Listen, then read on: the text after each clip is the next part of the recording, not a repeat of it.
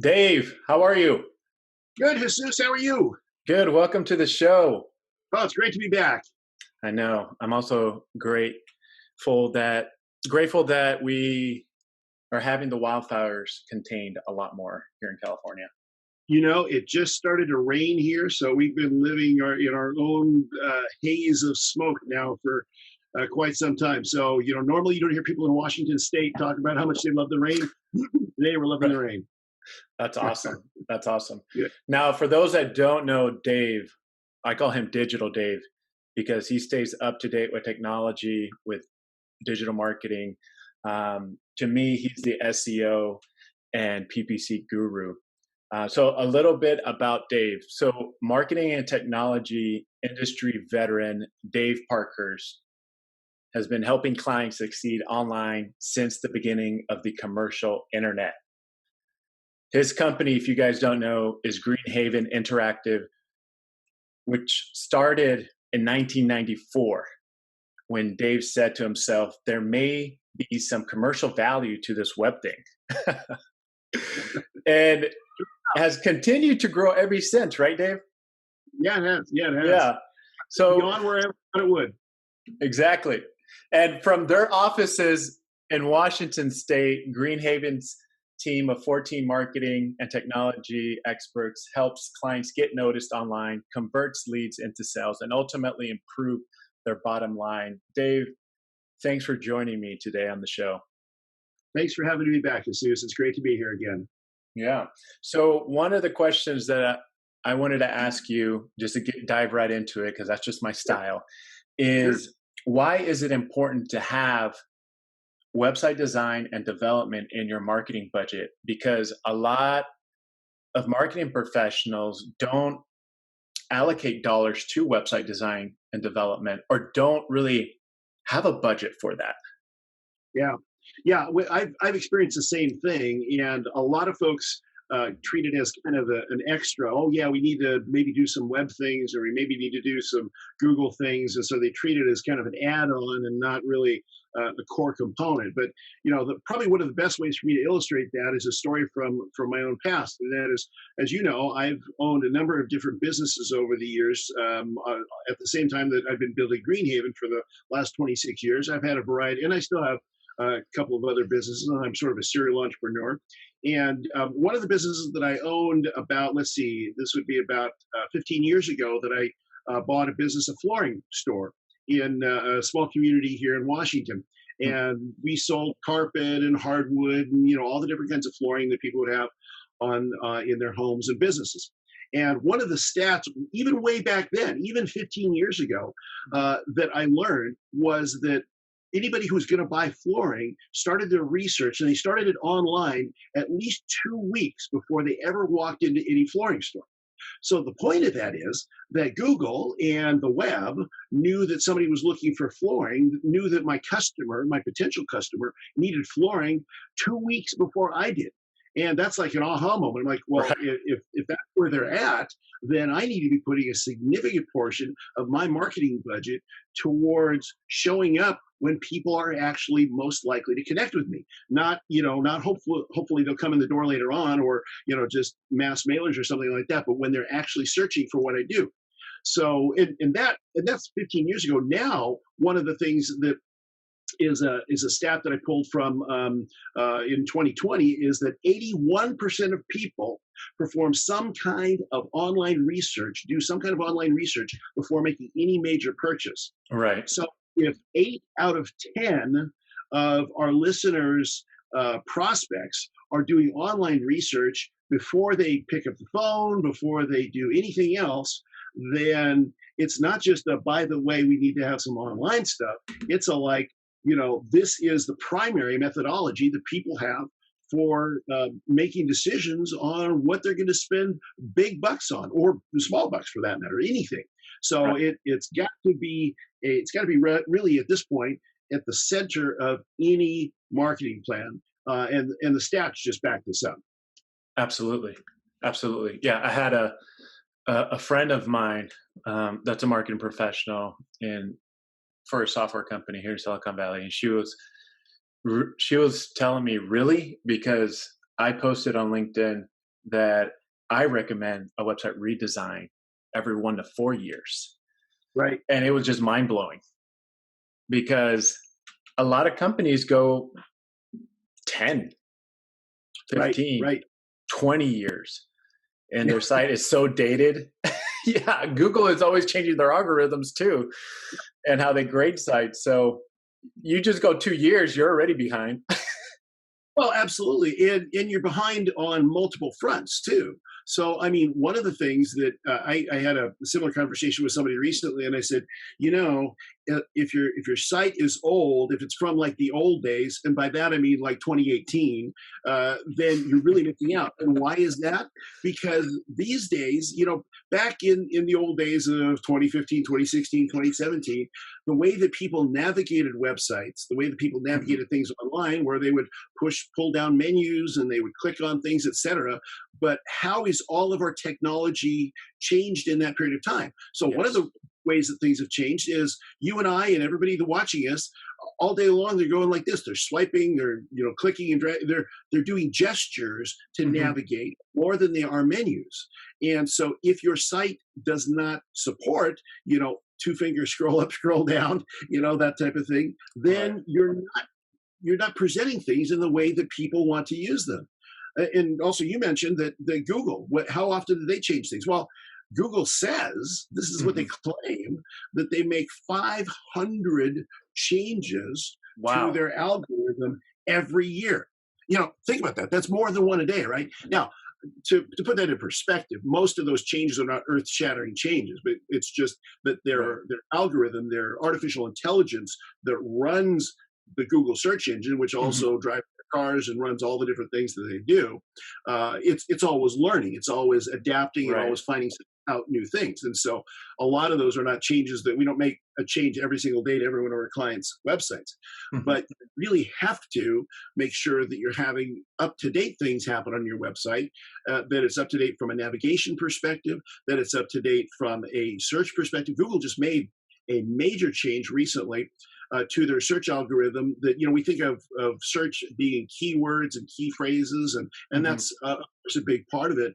But they also just made a big update that they say is a user experience related update. So, for instance, you've gone to websites, and this happens with a lot of news websites. You go there, Hmm. and site's loading, you're reading an article, and then all of a sudden it jumps to a different place on the page, and then you got to scroll up to keep reading where you were at, and that kind of thing. Hmm. Google says that is not a bad user experience. So you're actually going to get penalized for having that kind of website experience going forward in the Google search algorithm. And a number of other things that have to do more with user experience when you visit the website than have to do even with keywords. And so if Right. somebody hasn't modified their website in the last 2 or 3 years, then they're woefully behind.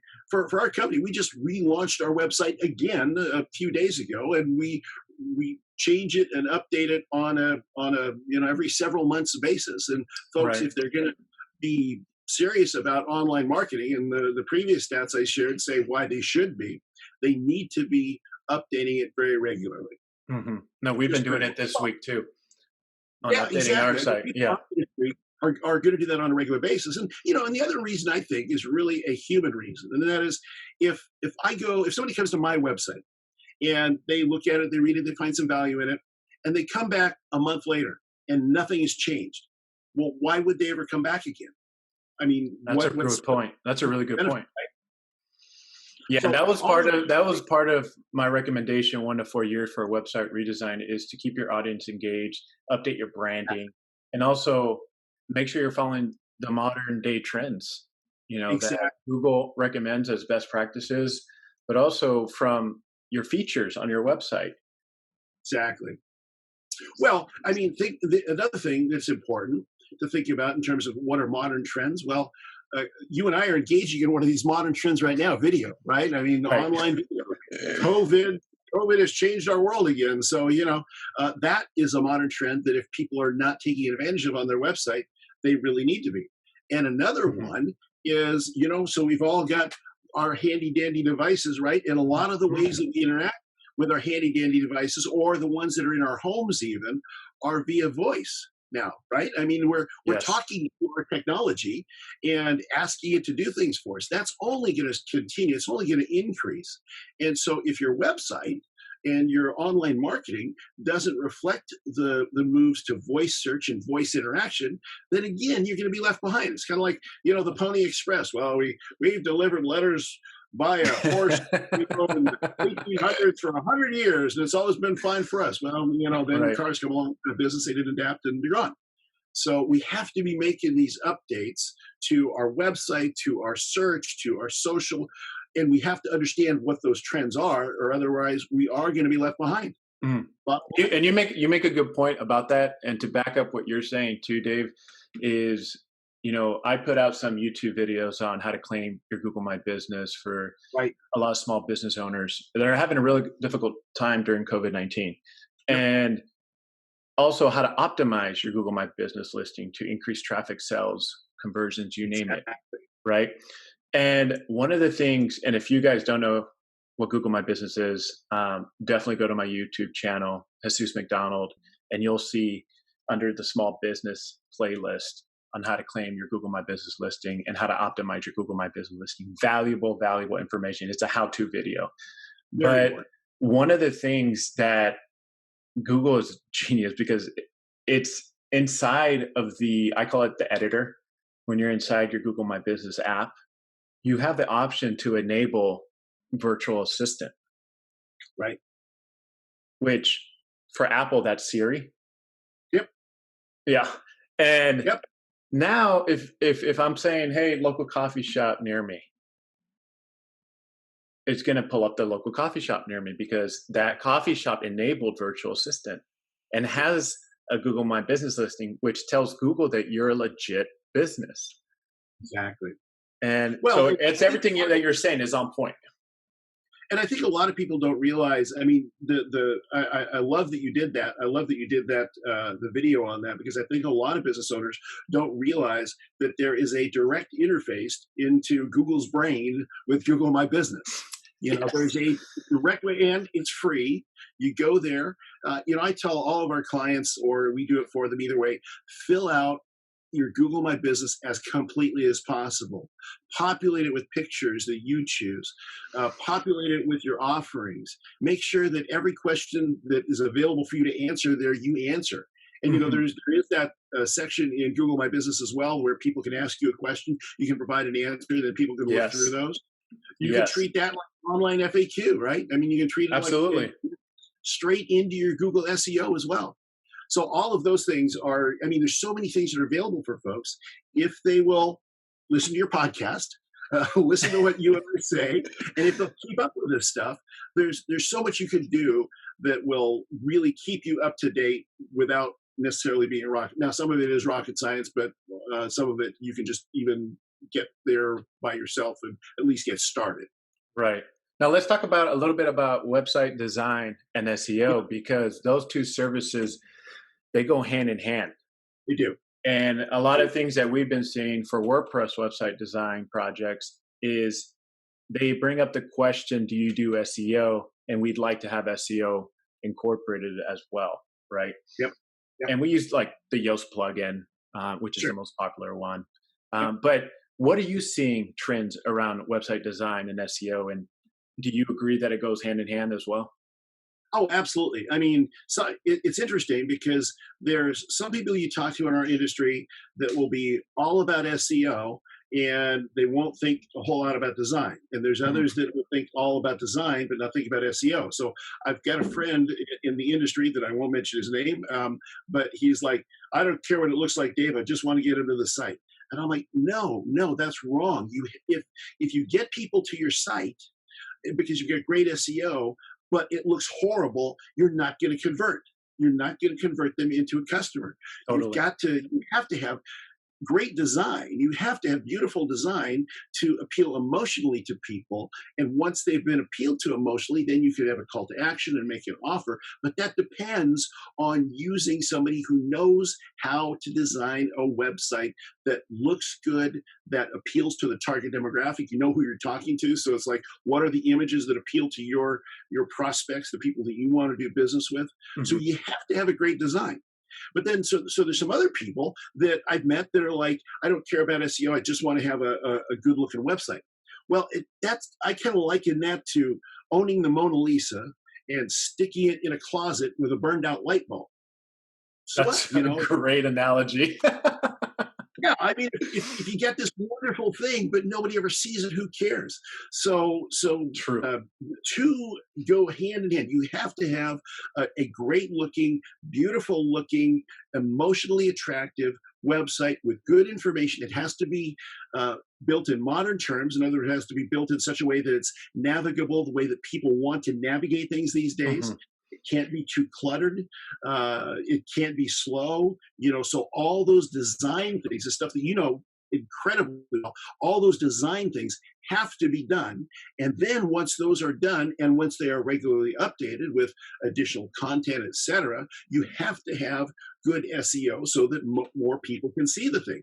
The SEO part of it's kind of what comes back to the tagline for our business, and that is, Mhm. "You're amazing, and we want the world to know it." So there's all of my clients that one of the biggest challenges that they've got is not what they do for a living, but that more people don't know what they do for a living and that they're so good at it. So we have to represent the unique selling proposition of the business visually and in navigation, et cetera, with content, with increasing amounts of content every month. We have to do that. And then we got to get as many people in the target demographic to Mhm. see that information as we possibly can. And that's the formula for success. That's why SEO and design just go hand in hand. Absolutely. Now, what do you use? What platform do you use? Do you also use WordPress, or do you use a different platform?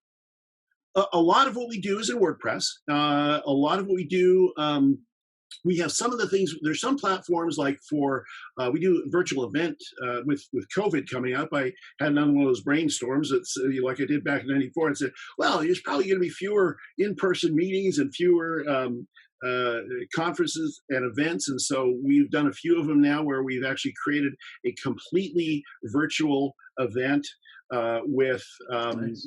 virtual vendor meeting rooms and virtual trade show and training and all of these different things. So we've created all of that. And for some of those, we've used the Joomla platform, which is it's a content management system similar to WordPress, but it has lent itself very well to the virtual event kinds of things. So there's some technologies in there that are very cool. Interesting. But for most folks, WordPress, of course, is the most popular content management system, the most popular web delivery system on the planet. There's tons of support for it in terms of lots of software and plugins and extensions and all of that.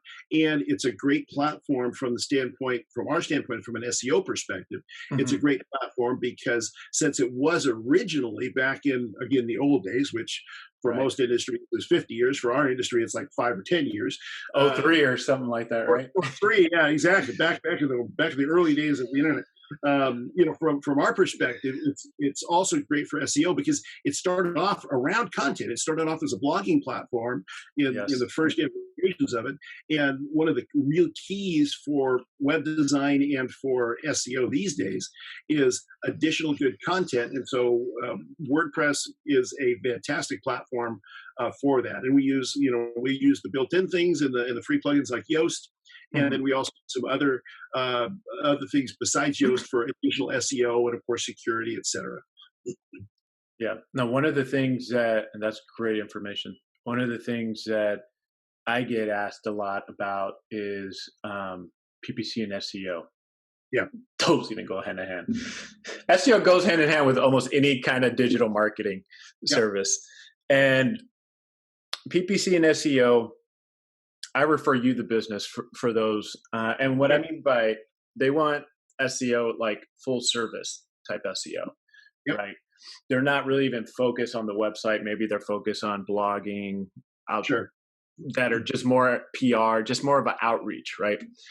And how do you approach, and it depends on the business size, right? So how do you approach a PPC and SEO proposal from a small business owner compared to a VP of marketing? Sure. Yeah. No, and that's an excellent question. So, with So first of all, they do work hand in hand. Pay-per-click, Google Ads, Bing Ads, etc., work hand in hand with what we call organic SEO. In other words, Hmm. or SEO that search engine rankings that take place because of what we've put on the site rather than what we paid for. Right. And so some people will tell me, well, Dave, I really don't want the pay-per-search or pay-per-click rather. I don't want the paid search because I just want the legitimate results to come up. Because I only search on the legitimate results. In other words, the ones you've earned by virtue of creating a great website and doing WordPress properly and all that. Other people say, I want the top spot on the page. I just want to be the first one that shows up.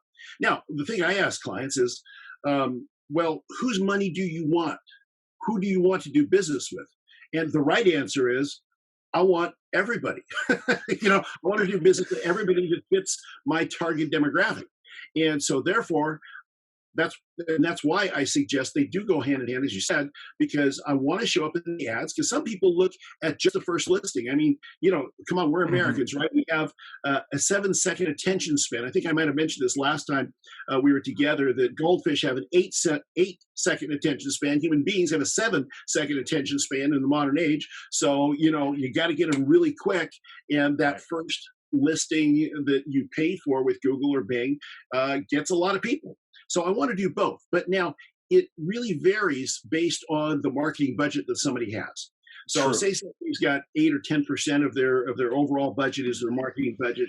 It varies based on service industries versus capital goods industries and retail, et cetera. So it's going to vary a little bit. But when you look at the offerings that Google has, for instance, in paid search, they've got what they call smart search, smart campaigns, smart search, which is where for lower budgets, and by lower budgets, I mean, say $1,000 a month or less in paid search. Hmm. In those situations, you tell Google some themes that you're interested in, and they will then send keyword traffic to you based on those themes. So you don't have a lot of control of that. You can tell them things that when you see the results you've gotten, you can say, no, I don't want any more of these. I don't want any more of these. You can Right. do a negative on that. But somebody who's got a larger budget, so we've got people that are spending $400 or $500 a month as a local small business.